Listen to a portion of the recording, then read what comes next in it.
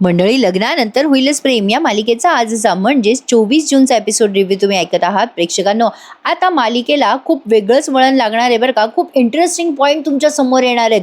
काय झालंय आज ना, मानिनीने सॉलिड झापलाय बरं का त्या विजयला. आणि नंदिनीने आता निर्णय घेतलाय की आर्या त्यांचं बाळ पोटात वाढवणार नाहीये. आणि का निर्णय घेतलाय त्यासाठी बघत राहा आजचा संपूर्ण एपिसोड रिव्ह्यू. सुरुवातीला ना जरा नाटकीय रूपांतरण दाखवलंय त्यांनी. नंदिनीला आता या काव्याची शंका दूर करायची असते, त्यामुळे ती एक नाटक करते डोहाळे लागण्याचं.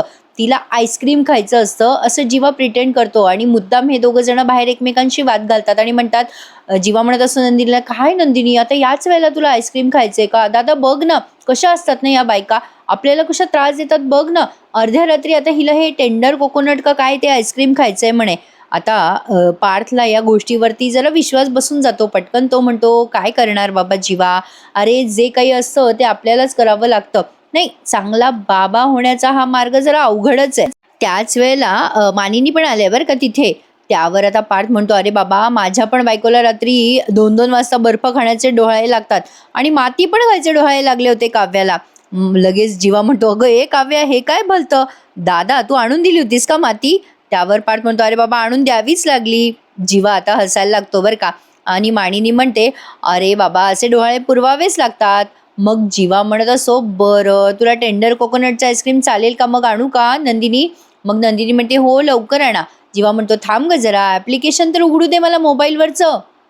जीवा मग ते ऑनलाईन ऑर्डर करतो आईस्क्रीम आणि या पार्थला म्हणतो, कमाल आहे बाबा दादा तुझी, खरंच तू कसे डोहाळे पुरवतो रे तुझ्या बायकोचे, मला पण शिकव. पार्थ म्हणतो, अरे बाबा, काय आहे ना, आईच्या महतीवर वगैरे पिक्चर लिहिले जातात, गाणे लिहिले जातात, पण बाबाचं काय? त्यावर मानिनी म्हणते, अरे बाबा तुम्ही लिहा तुमची महती, आम्हाला चालेल." लगेच नंदिनी काव्याच्या पुढे येते आणि म्हणते, काव्या बघ ना, आपली बाळं किती त्रास देतात ना गं आपल्याला.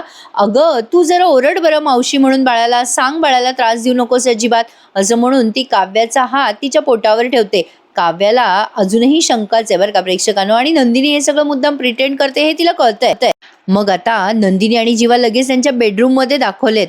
आणि जीवा म्हणत असतो नंदिनीला, तू कशाला केलं हे सगळं नंदिनी? अगं काव्याला कळलं असतं तर. नंदिनी म्हणते, नसतं कळलं जीवा, नसतं कळलं. मी ठरवलं होतं की आता ही स्टेप मुद्दाम घ्यायची अगं. आणि काव्याचा संशय नसताना गेला जीवा. आज काव्याच काय, पार्थ आणि आईंची पण फसवणूक केली ना आपण जीवा. आईंच्या डोळ्यात बघून मी खोटं बोलले. आणि पुन्हा हा सीन त्यांनी कंटिन्यू केला जे नंदिनीने मगाशी केलं होतं. काव्या म्हणत असे, अगं ताई, आपली बाळं अशीच आगाऊ आहेत नाही का, त्यांच्या बाबांवर गेलेली दिसत आहेत बाळं. मग मानिनी म्हणते, ए पोरांनो, अरे रात्र खूप झाली आहे, तुमची बाळं कोणावर गेली हे कळेलच आपल्याला थोड्या दिवसात, चला चला झोपा बरं आता. मग जीवा म्हणतो, आई ते आईस्क्रीम. मानिनी म्हणते, बरं ते आईस्क्रीम काय ते खायचं ते खा, पण जा आराम करा आता. मग नंदिनी आणि जीवा त्यांच्या रूममध्ये अशा पद्धतीने परत गेलेत. हा सीन त्यांनी दाखवलाय. आता मगाचं हे सगळं तिला आठवतं आणि वर येताना ती जीवाला हळूच कानात बोलते, पण तुम्ही जरा काळजी घ्या माझी, काव्या ऑब्झर्व करत असेल आपल्याला. मग जीवा नंदिनीला म्हणत आणतो असं, सावकाश सावकाश आहे नंदिनी. आणि तेवढ्यात रूममध्ये आल्यावर त्यांना आर्याचा फोन येतो आणि आर्या आता विचारते जीवाला आणि नंदिनीला, काही झालं का हॉस्पिटलमध्ये, काय झालं? मग जीवा म्हणतो, अगं काही नाही झालं आर्या, नाही आला डाऊट काव्याला, तू टेन्शन घेऊ नकोस. नंदिनीने सावरलंय सगळं. तिकडनं आर्या म्हणते, बरं झालं, थँक गॉड. माझी तर तिला फोन करायची हिंमतच होत नव्हती. बरं टेन्शन विसरा आता, उद्या आपल्यासाठी महत्त्वाचा दिवस आहे. उद्या गर्भ प्रत्यारोपणची प्रक्रिया आहे ना, ते सगळं इंग्लिशमधनं सांगत असते आर्या. मग जीवाला म्हणत असते, हॅलो, अरे जीवा फोनवर आहेस ना? जीवा म्हणतो, अगं हो, म्हणजे काय, अगं आहोत ना, कुठे जाणार? बरं बरं, उद्या भेटूयात आपण. आर्या मग थँक्यू, ओके असं काहीतरी म्हणते आणि फोन ठेवून देते. फोन ठेवल्यानंतर नंदिनी जीवा एकमेकांशी चर्चा करतात. नंदिनी म्हणते, जीवा सगळं ठीक होणार आहे, असंच आपण आता विचार करूया, दुसरा पर्याय आहे का आपल्याकडे? जीवा म्हणत असतो, ठीक आहे नंदिनी, अगं तू खूपच टेन्शन घेतेस, नको इतका विचार करूस. नंदिनी आता काहीच नाही बोलत आणि झोपून जाते. पण तिच्या डोक्यामध्ये प्रचंड टेन्शन आहे. साहजिक आहे प्रेक्षकांनो, सरोगसी हा त्यांनी खूप मोठा निर्णय घेतलाय. जीवा पण विचार करतच असतो. तेवढ्यात मानिनीचा कॉल येतो त्याला. मानिनी म्हणते, अरे बाबा, ते तू मागवलेलं आईस्क्रीम आलंय रे. जीवा म्हणत असतो, अगं आई, डोहायले लागले लागले म्हणून म्हणत होती माझी बायको आणि ती झोपी पण गेली बघ. अगं आई, जाऊ देत आता, आईस्क्रीम फ्रीजरमध्ये ठेवून दे, ती सकाळी खाईल. असं म्हणून जीवा फोन ठेवून देतो आता मानिनीचा. इकडे पार्थ म्हणत असतो काव्याला, बापरे, जीवाचं पण अवघडच झालंय, तुम्हा बायकांचे डोहाळे आम्हाला काय करायला लावतील ना, काही सांगता येते. सॉरी, पार्थ म्हणत असतो काव्याला. त्यांच्या रूममध्ये दोघे जण. काव्या तिच्या विचारातच अडकलेली असते. पार्थ म्हणतो, "काय झालं काव्या? आता का विचार करताय? नंदिनीने ठेवला ना स्वतःहून तुमचा हात पोटावर तिच्या."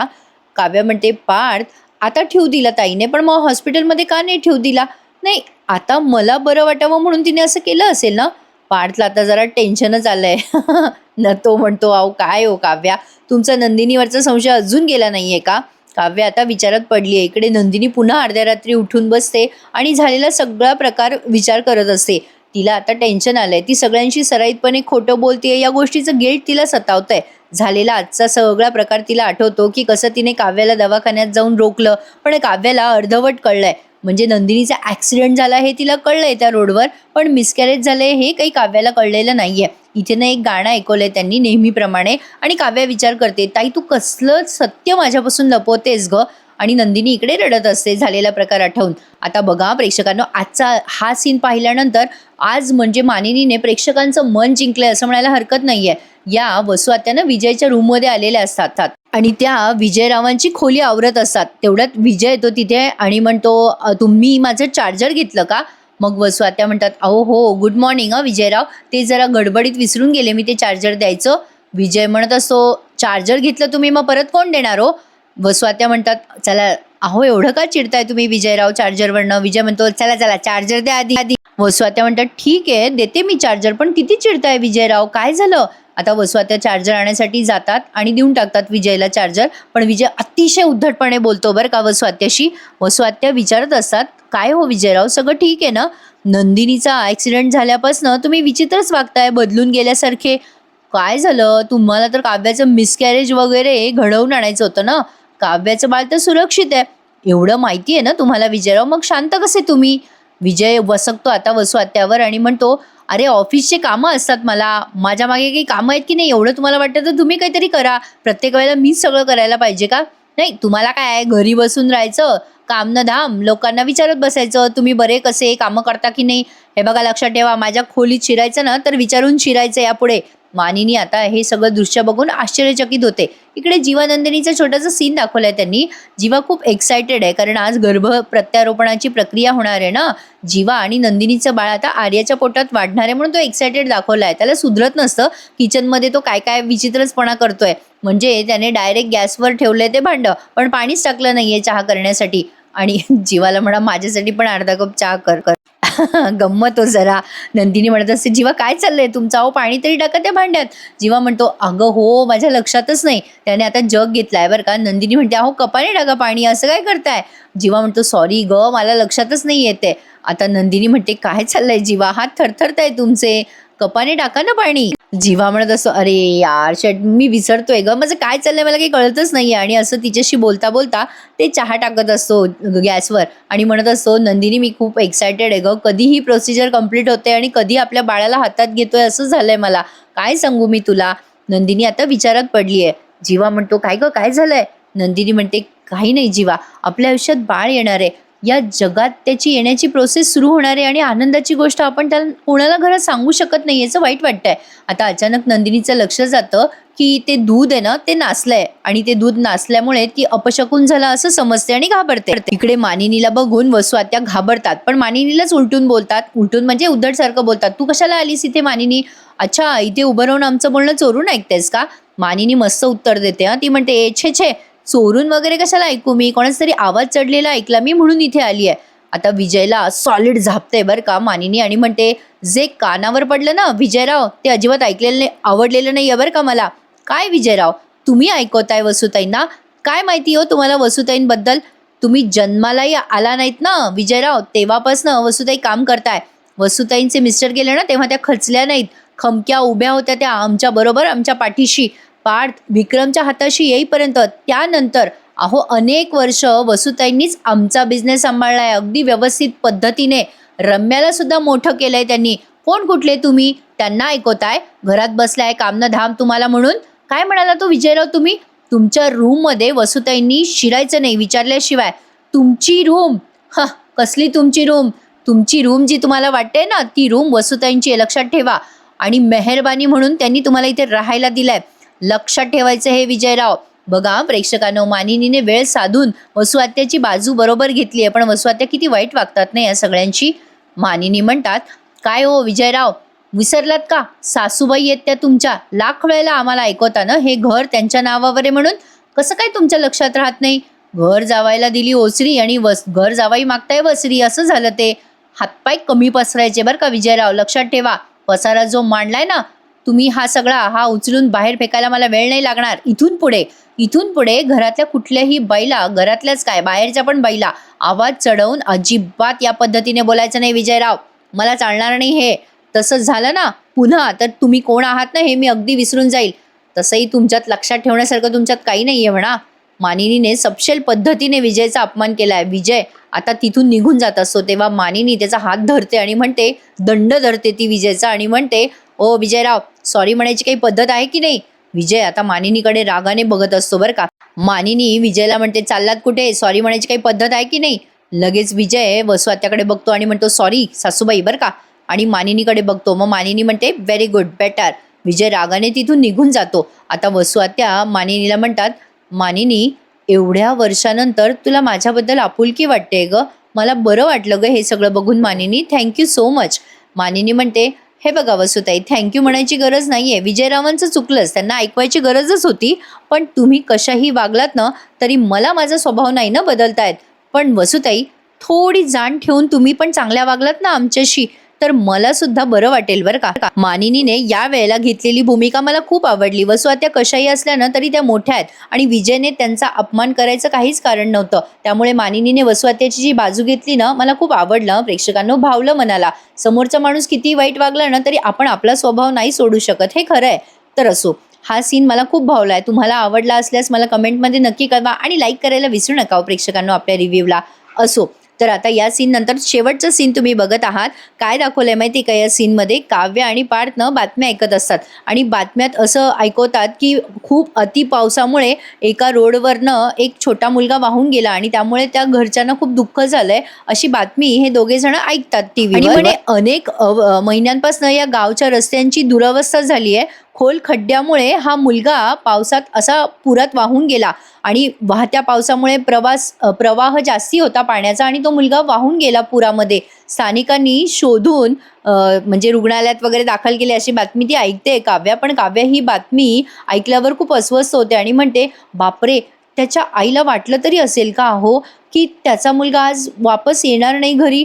त्याच्या वडिलांना वाटलं असेल का त्यांची आणि मुलाची शेवटची भेट असेल? बातम्यात आता पुढे काव्य ऐकते की रस्त्याच्या दुरवस्थेबद्दल अनेकदा तक्रारी केल्यानंतर सुद्धा प्रशासन याकडे दुर्लक्ष करतंय.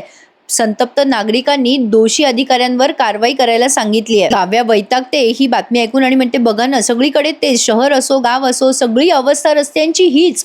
बायका मुलं सगळ्यांचे जीव जात आहे. उद्याचा सूर्य आपला असेल, आजचा अंधार काय हे सगळं, काय बोलू मी, किती भीषण आहे सगळं. पार्थ आता काव्याला शांत करतो, पाणी वगैरे देतो आणि म्हणतो, काव्या जरा शांत व्हा बरं, तुम्ही एवढे अस्वस्थ होऊ नका. खरंच आहे प्रेक्षकांनो, आपण या सगळ्या अशा बातम्या ऐकतो ना कुठेतरी मन असं हेलावून जातो. काल तुम्ही बातमी ऐकलीच असेल, त्या लखनौमध्ये केवढी मोठी भीषण आग लागली की अगदी वयात आलेले मुलं, त्यात 13-14 मुलं गेले हो अक्षरशः आगीमध्ये होरपळून. आणि त्यातनं तिथे मुकी जनावरं सुद्धा होती, खाली पेट शॉप होतं म्हणे. बापरे, मी ती बातमी ऐकली आणि काल दिवसभर अस्वस्थ व्हायला झालं होतं मला. खरंच आहे प्रेक्षकांनो, कोणता दिवस काय घेऊन येईल ना काही सांगता येत नाही. तर आता पार्थ काव्याला समजवत असतो की तुम्ही टेन्शन घेऊ नका. पण काव्याची खूप चिडचिड होत असते. त्या IIP रोडबद्दल तिला काही करता येत नाहीये. ते अधिकारी पण गप्प बसलेत आणि तिने जे काही केलं होतं ना मागे मिशन, त्यातही ती फेल झाली. हे सगळं ती पार्थजवळ बोलून दाखवते आणि म्हणते, काय करायचं पार्थ, आपण कसं करायचं आता त्या IIP रोडबद्दल? त्या कॉर्पोरेटरचा व्हिडिओ आपल्याकडे असता तर आपण काही करू शकलो असतो. पण ऐका ना पार्थ, काही करता येईल का आपल्याला? काहीच करता येत नाही हो, मला खूप असं कसं तरी होत आहे. मग पार्थ म्हणतो, तुम्ही काळजी करू नका काव्या, आपण करू काहीतरी लवकरात लवकर. आणि तसंही काव्या, जगात असं काहीच नाहीये जे तुम्ही करू शकत नाही आहात, असं तो तिला एक एन्करेजमेंट देतो. आणि आजचा हा एपिसोड इथे संपून जातो. पुढचा प्रोमो धमाकेदार आहे बरं का मंडळी. आता पुढच्या प्रोमोत आपण बघतोय की आर्या त्या गर्भ प्रत्यारोपण प्रक्रियेसाठी तयार असते आणि त्याच वेळेला नंदिनीला आर्या ही मानसिक तणावाच्या पिल्स घेते, गोळ्या घेते हे लक्षात येतं. नंदिनी ते सगळं बघते आणि म्हणते, नाही नाही, हे सगळं चुकीचं आहे. आर्याला आपण हे सगळं करण्यापासून रोखलं पाहिजे. नंदिनी ऑपरेशन थिएटरमध्ये जाते आणि म्हणते, ही प्रक्रिया आत्ताच्या आत्ता थांबवा. आर्या आमच्या बाळाला जन्म देणार नाही. आर्या एन्झायटी पिल्स घेत असते, ज्यामुळे कदाचित गर्भावर परिणाम होऊ शकतो ना प्रेक्षकांनो. आता एवढं काही आपल्याला डिटेल कळत नाही यातलं सगळं. पण आता नंदिनी तिथे जाऊन स्पष्ट सांगते, की आर्या आमच्या बाळाला जन्म देणार नाही. आता नंदिनीचा हा निर्णय कंटिन्युअसली राहतो, की आता काय होतं? पण माझा एक अंदाज आहे, प्रोमो दाखवलाय ना त्यांनी, त्याप्रमाणे आर्याच या दोघांच्या बाळाला जन्म देणार आहे आणि ते सगळं रम्या बघणार आहे. येत्या काही दिवसात आपल्याला हा प्रोमो दिसेल. पण आता नंदिनीने ऑन दी स्पॉट हा जो निर्णय घेतलाय त्यावर आर्या काय स्पष्टीकरण देते हे येणाऱ्या भागांमध्ये बघणं इंटरेस्टिंग ठरणार आहे.